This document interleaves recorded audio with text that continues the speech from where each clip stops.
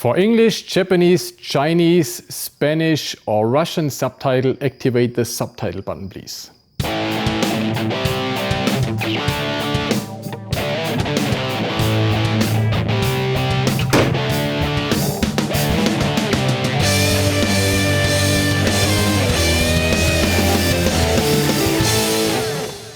Hallo zur Folge 93 von Reptil TV. Mein super hübsches Intro-Tierchen heute. Die Reptil TV Community, die kennt den Kerl ja schon aus der Afrika-Folge. Ne? Das ist der leucistische Nilvaran, den ich dort ergattern konnte.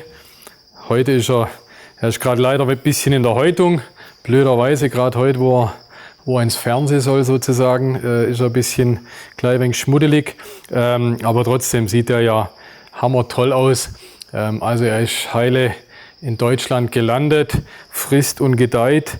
Wie gesagt, meiner Meinung nach super schönes Tier. Farbvarianten, jeder hat seine eigene Meinung dazu. Die einen sagen hammertoll, die anderen sagen um Gottes Willen, wie sieht der denn aus? Ich finde ihn hammertoll. Dem geht's gut, frisst und gedeiht, wie gesagt, häutet sich tadellos und den wollte ich euch heute zeigen. Themenmäßig sind wir gar nicht so weit weg von dem Varan gerade eben. Unser Thema heute, wie ihr seht, hier sind die Leopardgeckos. Ich habe den Jörg heute wieder bei mir. Hallo Stefan. Hi Jörg. Die Community, ne, ein schöner Ausdruck, Community.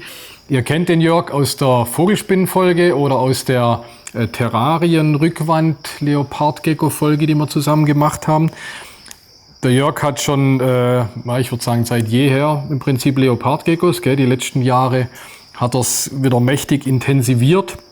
Und deswegen hilft er mir heute bei dieser Leopardgecko-Folge.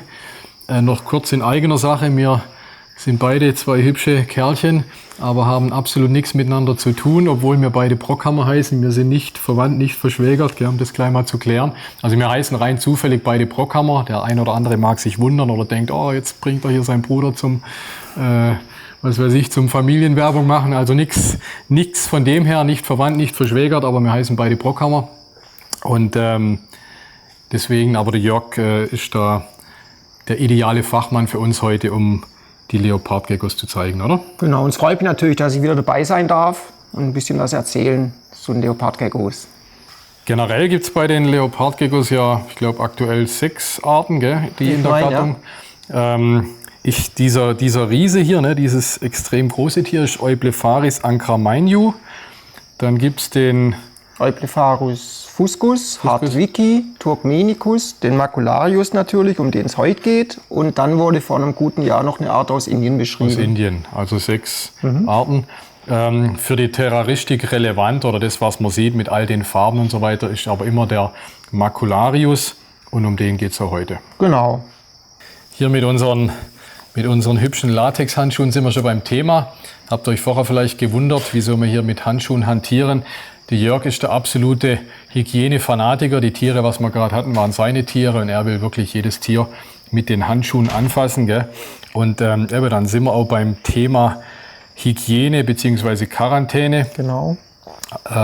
Übergebe ich das Wort an dich. Du sagst, jedes Tier, das neu kommt, muss in Quarantäne, oder? Genau, also sobald ich schon mehrere Tiere zu Hause habe, vor allem Leopardgeckos, und ich ein neues Tier in die Gruppe integrieren will, ist natürlich wichtig, dass das Tier auch gesund ist. Und deshalb muss ich vorher Quarantäne machen. Idealerweise in einem anderen Raum. Wenn ich den nicht zur Verfügung habe, dann zumindest in einem eigenen Behälter.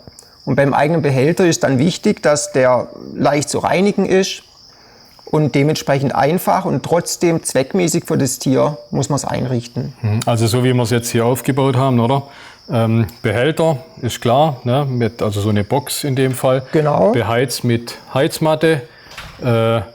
Die Ziegel nimmst du für die Wetbox, als Schlupfbox? Genau, da gehen die als Unterschlupf gerne rein. Okay, also gibt die entweder die einfachen Tupperboxen oder hier diese Boxen mit Magnetdeckel. Ne? Richtig, sieht natürlich viel besser aus. Sieht schöner aus, kostet natürlich entsprechend mehr. Also entweder oder. Wasserschale machst du rein, oder ist das fürs Wasser? Das ist fürs Wasser, fürs genau. Wasser. Thermometer ist klar. Und als Untergrund nimmst du Küchenpapier, oder? Küchenpapier so einfach wie möglich. Aha, also Wenn kein Streu, sondern Quarantäne. Gar nichts. Und dann die Frage noch, wie lange du die Quarantäne machst? 3 Monate. 3 Monate, Genau. Okay.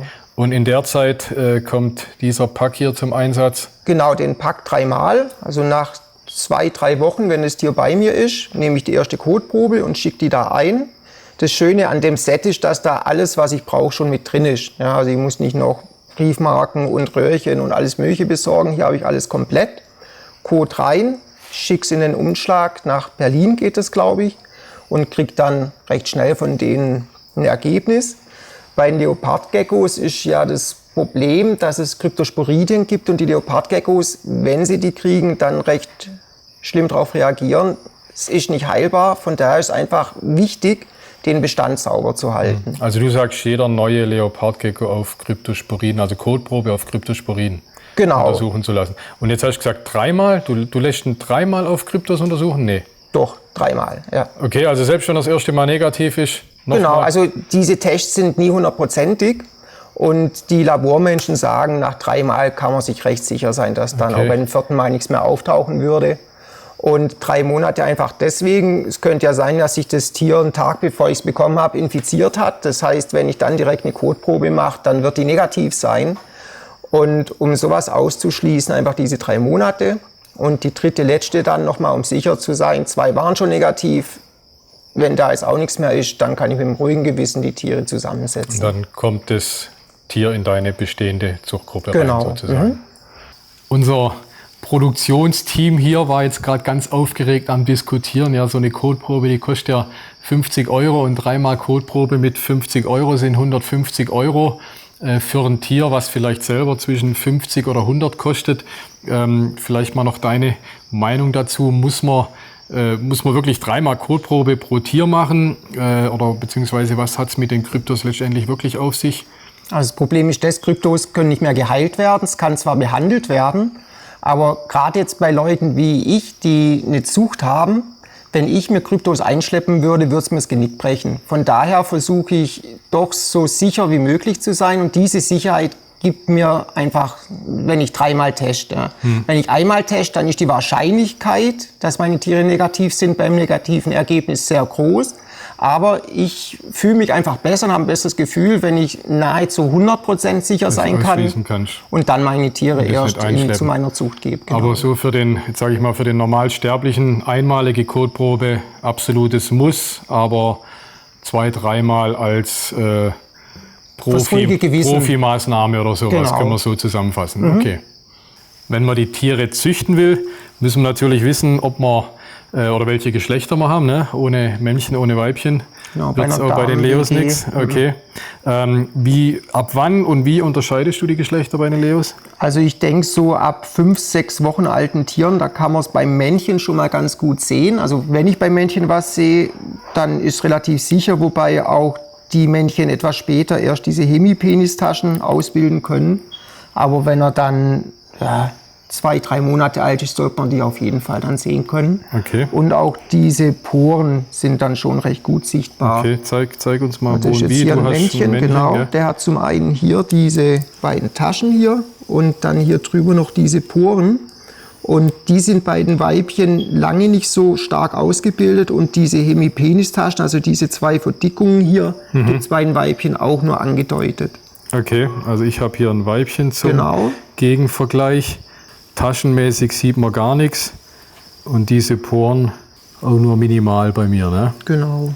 Okay. Anderes Merkmal hast du keins, also diese Hemipenisse und Poren schon. Genau, also wenn sie dann groß und geschlechtsreif sind, dann sind die Männchen also bulliger, ja, kriegen breitere Köpfe. Daran kann man es dann auch noch sehen. Sie haben, meine ich, auch einen schlankeren Schwanz, aber es gibt immer auch Ausnahmen. Das sind so subjektive Dinge, ne, wo man es ja nicht sicher festmachen kann. Genau. Also wirklich rein objektiv letztendlich die Hemipenistaschen bei den Männchen. Genau. Dann wäre natürlich noch spannend zu wissen, zum einen ab welchem Alter du züchtest oder verpaarst, wie du sie stimulierst und wie die ganze Zucht beginnt sozusagen. Also es geht weniger nach dem Alter, sondern eher nach dem Gewicht. Das heißt, ab 50 Gramm sind die Weibchen schwer genug, damit sie dann die Eier, die sie produzieren, auch wirklich legen. Bei leichteren Tieren besteht wohl die Gefahr, dass die Eier nicht gelegt werden können, dass die Weibchen Legenot haben. Und darum sollte man keine leichteren Weibchen nehmen. Die Männchen, sobald die sich paaren, ja, das kann man einfach ausprobieren, dann ist das in Ordnung. Dann kann es losgehen. Okay, und welches Alter, trotz alledem, wenn du sagst 50 Gramm, in welchem Alter sind sie? Haben sie bei dir ca. 50 Gramm? Also spätestens nach einem Jahr haben die ein rundes Jahr, Zuchtgewicht. okay. Genau. Und wie stimulierst du die zur Zucht? Einfach lässt du Temperatur das ganze Jahr gleich oder machst du eine Winterruhe als Stimulation vermutlich, oder? Genau, die kriegen eine Winterruhe, die Tiere, wo sie sich regenerieren können. Da fahren die dann auch den Kreislauf, alles runter, machen nur das Nötigste. Und wenn ich dann langsam die Temperatur wieder erhöhe, fangen die Weibchen auch wieder an zu fressen, sie bewegen sich mehr. Und so 4-5 Wochen, nachdem die Temperatur wieder oben ist, fangen die dann auch an zu ovulieren. Das kann man sehen, es sind rote Punkte am Bauch unten. Und wenn ich die dann sehe, dann weiß ich, okay, jetzt kann ich die Männchen zum Weibchen setzen. Und sobald ich dann beobachten kann, dass das Weibchen das Männchen toleriert, dass sie nicht wegbeißt, dann sehe ich, okay, die sind soweit. Und dann lasse ich das Männchen ein paar Tage drin. Und beobachtest du jedes Mal die Paarung oder kann es so gut sein, dass du die Paarung nicht beobachtest, sondern du lässt die paar Tage drin, nimmst den Mann wieder raus? Oder guckst du, oder erst wenn du eine Paarung siehst, ist für dich das okay? Also ich warte nicht auf die Paarung, aber ich schaue immer, wie das Weibchen aufs Männchen reagiert, ob die gleich anfangen, sich zu beißen oder ob die sich ignorieren oder harmonieren zum Teil. Dann lasse ich die ein paar Tage beieinander. Wenn ich sehe, dass die können nicht miteinander, dann nehme ich das Männchen wieder raus und warte eine Woche und probiere es dann wieder. Probierst es wieder. Und wenn du jetzt sagst, die Ovulation, aber bei den Schlangen ist es eigentlich so, wenn die Schlange ovuliert, ist das Ding gegessen. Ne? Ovulation, Eisprung, in dem Moment werden bei den Schlangen die Follikel befruchtet oder die Eier befruchtet, gehen in den Legedarm und dann ist das Ding over sozusagen. Genau. Bei den Leopardgeckos, du sagst, du siehst am Anfang eine Ovulation und dann geht es erst richtig los? Genau. Also der Unterschied zu den Schlangen ist ja auch der, dass die Leopardgecko-Weibchen das Sperma speichern können. Das heißt, wenn die einmal verpaart sind, haben die immer wieder befruchtete Gelege innerhalb von der Saison. Und wenn ich die Ovulation sehe, dann weiß ich, sie ist jetzt eben im Zuchtmodus, wenn man so will. Und ab da paaren die sich dann auch erst. Okay, und dann paarst du also einmal die ganze Saison oder? Meistens mache ich das so. Manchmal, wenn ich sehe, sie hat ganz frisch gelegt, ja, dann nehme ich die Eier raus und setze das Männchen noch mal ein paar Tage rein. Funktioniert aber auch bei nur einer Verpaarung. Okay, und wie oft legen die dann die Eier ab bei dir? Also junge Weibchen manchmal nur ein Gelege im Jahr. Durchschnitt ist so 5 bis 6. Ein Spitzenweibchen kann auch mal 9 bis 10 Gelege haben. Das sind auch dann schon echte Ausnahmen. Okay, 9 bis 10 Gelege, A2 Eier. A2 Eier, genau. Und das alle 2-3 Wochen oder? Ja, also man kann da wirklich die Uhr danach stellen. Ja. Also wenn die Weibchen mal so in ihrem Trott drin sind, habe ich alle 14 Tage ein Gelege. Also okay. Das heißt, wenn ich weiß, das Weibchen hat vor 6 Tagen gelegt, dann suche ich da nicht nach Eiern. Und dann noch mal ganz kurz zur Winterruhe. Wie lang und wie kalt machst du die Winterruhe? Das haben wir noch nicht ganz angesprochen. Also ich leite die im November ein, die Winterruhe. Gehe dann so auf 16, 17 Grad runter. Tag und Nacht 16, 17 Grad? Genau, konstant. Okay. Ja. Und im Februar fange ich dann langsam wieder an, die Temperatur zu erhöhen. Also sprich 2-3 Monate genau. Kalt, oder? Und dann wieder im regulären Betrieb habe ich also auf der Heizmatte habe ich so 32, 33 Grad. Und abseits von der Heizmatte haben wir eine Raumtemperatur von 24, 25 Grad. Sodass die Tiere sich dann selber den optimalen Platz aussuchen. Genau. Jetzt haben wir die Tiere erfolgreich verpaart. Wie geht es dann weiter in der Zucht? Also spätestens jetzt muss ich dem Weibchen eine Wettbox oder Eierplagebox anbieten. Da schön ist natürlich hier so ein Stein mit abnehmbarem Deckel. Und der wird dann mit feuchtem Kokoshumus befüllt. Also das Kokoshumus ist so dein Mittel der Wahl für die Schlupfboxen oder für die Ablageboxen? Funktioniert super, okay. Aber wirklich feucht, nicht nass. Ja? Also das ist normal, wie es auch auf der Anleitung drauf ist, machen. Und dann das Wasser richtig schön rausdrücken und dann befüllen. Das Gleiche geht auch mit diesen Gefrierdosen. Wem es gefällt, Zweck erfüllt beides das Gleiche. Weil das Weibchen wird dann so 4-5 Wochen nach der Verpaarung anfangen zu graben.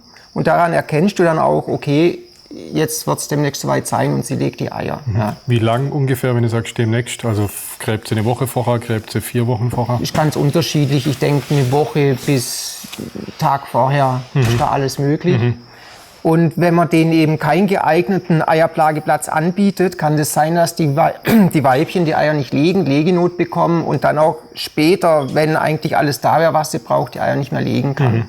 Also rechtzeitig rein. Ganz wichtig. Also Okay. meine Tiere haben es 365 Tage im Jahr, diese Boxen. Aber spätestens nachdem sie verpaart sind, brauchen wir sie unbedingt. Oder einfach immer rein, genau, dann haben wir es ja ganz einfach. Genau. Okay. Ja, und wenn dann alles geklappt hat, dann wird sie irgendwann Eier legen. Und ich sage, gucken wir mal, ob wir fündig werden. Okay. Nach dem Motto, ich habe da mal was Genau. vorbereitet oder ausgeschaftet. Das Gemeine ist, man kann also nicht reinschauen, naja, das sieht ja alles noch ganz okay aus, Deckel drauf, wieder rein, sondern die Weibchen, die machen das danach wieder richtig schön flach. Du siehst nicht, dass die Eier gelegt hat. Ja, du siehst die Tage zuvor, wenn sie die Erde rausgeschmissen hat und alles dreckig ist. Aber wenn sie wirklich Eier legt, gräbt die ein und macht alles wieder schön zu, wie wenn nichts gewesen wäre. Also das heißt, du musst jeden Tag gucken, oder was ist, wenn du jetzt mal einen Tag lang nicht guckst und die Eier einen Tag später rausholst? Oder Das ist so? gar kein Problem, weil unser Substrat ist leicht feucht, nicht nass. In der Passiert Natur nichts. sind die auch die ganze Zeit vergraben. Ne? Okay. Und dann eben, wenn ich weiß, sie hat gegraben, dann eben vorsichtig gucken. Das Schöne bei den Leopardgeckos, da ist sogar schon Glück gehabt, also der Lohn für alle Mühen. Und hier muss man jetzt auch nicht extrem aufpassen, dass man die Eier nicht verdreht, wie bei, ich glaube, allen Schlangen und vielen Echsen. Also von wegen oben muss oben sein und so weiter? Bei den Leopardgeckos zum Glück nicht. witzig. Genau. Okay. So, also mir ist auch mal ein Ei runtergefallen und dann habe ich es genommen, Okay, ausgebrütet, super Gecko geschlüpft. kein Dachschaden. Okay, Also da lustig. sind Leopardgeckos wirklich spitze. Ich habe mich gerade am Anfang unheimlich schwer damit getan, zu wissen, wie feucht muss jetzt dieses Brutsubstrat sein. Wenn es zu trocken war, sind die Eier eingefallen, kaputt gegangen. Zu feucht, haben sie angefangen zu schimmeln. Ja. Das war für mich unheimlich schwer, weil man muss es fühlen, damit es auch stimmt. Und dann habe ich von diesen Geos erfahren, also Gecko Egg Organizer heißen die. Und mit denen ist also wirklich idiotensicher, da schafft sogar ich, Reptilieneier mit auszubrüten. Und seit ich die habe, ist wirklich super einfach. Also fast jedes gute Ei schlüpft dann auch ein Gecko. Okay. Genau. Und da wird dann einfach Vermiculit oder Watergel oder irgendein Substrat muss eben rein oder sollte rein, wo das Wasser gut aufnimmt. Es gibt auch Leute, die machen es nur mit Wasser. Ja. Ich habe meine besten Erfolge, also mit diesem Vermiculit. Ich hatte vorher auch Perlit probiert, aber das trocknet zu schnell aus. Und dieses Vermiculit muss ich eigentlich nie mehr nachfeuchten. Ne? Also das ist da wirklich ideal. Hat sich bei dir als Bestes erwiesen. Absolut. Okay. Genau, und das befülle ich dann so, dass wenn ich den Einsatz wieder reinstecke, dass der wirklich in Kontakt kommt mit diesem Substrat. Und dann das Vermiculit gut befeuchten. Da die Eier nicht direkt mit dem Vermiculit in Kontakt kommen, ist jetzt eben auch nicht schlimm, wenn es zu nass ist. Ja, was Okay. ja, wenn die Eier direkt auf dem Substrat liegen, problematisch werden kann. Also im Prinzip liegt das Ei trocken auf dem Gitter, Richtig. aber hat unter sich das feuchte Vermiculit, um da drin halt annähernd 100% Genau, Luftfeuchtigkeit genau. zu schaffen. Okay. Und drum mache ich auch keine Luftlöcher in den Deckel, sondern die Eier kommen also jetzt direkt hier rein. Das Tolle ist auch, dass da immer für ein Gelege, also Leopardgeckos legen normalerweise 2 Eier pro Gelege. Und so kann ich dann jetzt in so einen Gecko Egg Organizer von 4 Weibchen die Gelege unterbringen und weiß dann trotzdem beim Schlupf, was da jetzt geschlüpft ist. Wenn die so getrennt sind. Genau, die sind zueinander. getrennt und ich schreibe mir dann jetzt mit einem Stift immer auf, welche Eier jetzt hier drin liegen. Und wenn die dann schlüpfen, können die eben nicht ins nächste Das Abteil. nächste, dass du genau weißt, das Baby aus dem. Und wenn du jetzt 1, 2, 3 Tage später ein Gelege hast, legst du es einfach, also machst du wieder auf, legst Deckel es auf, hin, rein. macht den anderen 2 Eiern auch nichts, wenn du da ein wenig dran rumfummelst. Gar nicht, weil ich sowieso einmal in der Woche nehme ich den Deckel runter, fächer frische Luft rein und machen wieder drauf, dass so ein gewisser Gasaustausch stattfindet. Also keine Luftlöcher da rein, gar nichts. Nee, weil da hatte ich das Problem, dass die Eier wieder eingefallen sind. Zu trocken geworden ist, okay. Genau. Und sobald sie dann hier liegen, beschriftet, was ich drin habe, kann ich sie in den Inkubator überführen. Und das machen wir jetzt direkt mal. Okay. Dann kommen wir zum Thema Inkubation. Da gibt es ja bei den Leopardgecko was ganz Spannendes, Aufregendes mit der Temperatur und den Geschlechtern, oder? Genau, also wenn ich die Eier bei 26,5 Grad inkubiere, dann schlüpfen nur Weibchen. Bei 32 Grad schlüpfen nur Männchen. Geht dann auch entsprechend schneller. Also je wärmer die Eier ausgebrütet werden, umso schneller schlüpfen auch die Babys. Wie viele Tage jetzt bei 32 Grad? Bei 32 Grad sind es 4 bis 5 Wochen. Okay, und bei 26, 5? 6 bis 7. 6 bis 7 Wochen, okay. Genau. Und wenn die Eier bei einer Temperatur dazwischen ausgebrütet werden, dann ist so 50-50. Also wenn du es ganz gezielt machen willst in eine Richtung, stellst du das so ein und da ist dann 100% Verlass drauf oder kann mal so, mal so? Oder? Also ganz selten kann es mal einen Ausrutscher geben, aber man kann sich eigentlich schon drauf verlassen. Und wenn ich mich überraschen lassen möchte, das ist mir egal, dann mache ich 29,5 Grad und dann habe ich ein recht ausgewogenes Geschlechterverhältnis. Und wenn jetzt in deinem Fall, dann hast du verschiedene Brüter, warme Brüter, kalte Brüter sozusagen. Genau, ich habe einen Inkubator für die Männchen, einen für die Weibchen. Und so kannst du das steuern. Genau.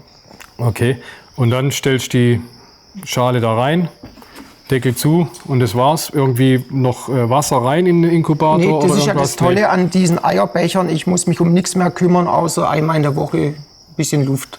Bisschen Luft dran. Also einfach rein in den Inkubator, Deckel zu, Temperatur hier oben einstellen. Ne? Die mittlerweile sind ja alle digital. Stellst die Temperatur ein und dann warten. Ein bisschen Glück ist dann nach ein paar Wochen der Gecko da. Ja.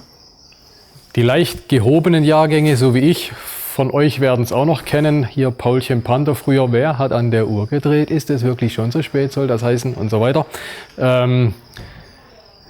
Heute ist nicht alle Tage. Es gibt eine zweite Folge von den Leopardgeckos. Da zeigen wir euch die Aufzucht von den Jungtieren und dann noch diverse Farbvarianten. Für heute sind wir am Ende. Zum Abschied noch hier so ein hübscher Bold Bandit. Ja, es gibt ja diese Bandit von Ron Tremper, diese Bandit-Linie. Und dann gibt es die Bold, das sind die, wo nicht ganz so die perfekte Zeichnung haben. Also der richtige Bandit muss ja hier so eine Augenbinde haben und die Bolds haben hier nicht ganz perfekt die Zeichnung. Dann sind es in Anführungsstrichen nur die Bold Bandits, aber das finde ich auch einen richtig hübschen Kerl. Den hier zum Abschluss für heute. Also bleibt mir treu, checkt my balls und checkt die Leopardgeckos.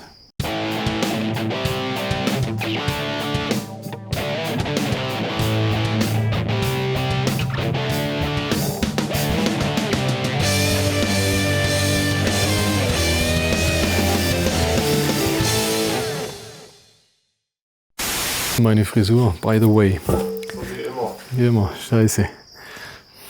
Die Reptil-TV-Fans, hört sich so blöd an, Fans, Gucker, Schauer, User, Schlampe, Lampe an.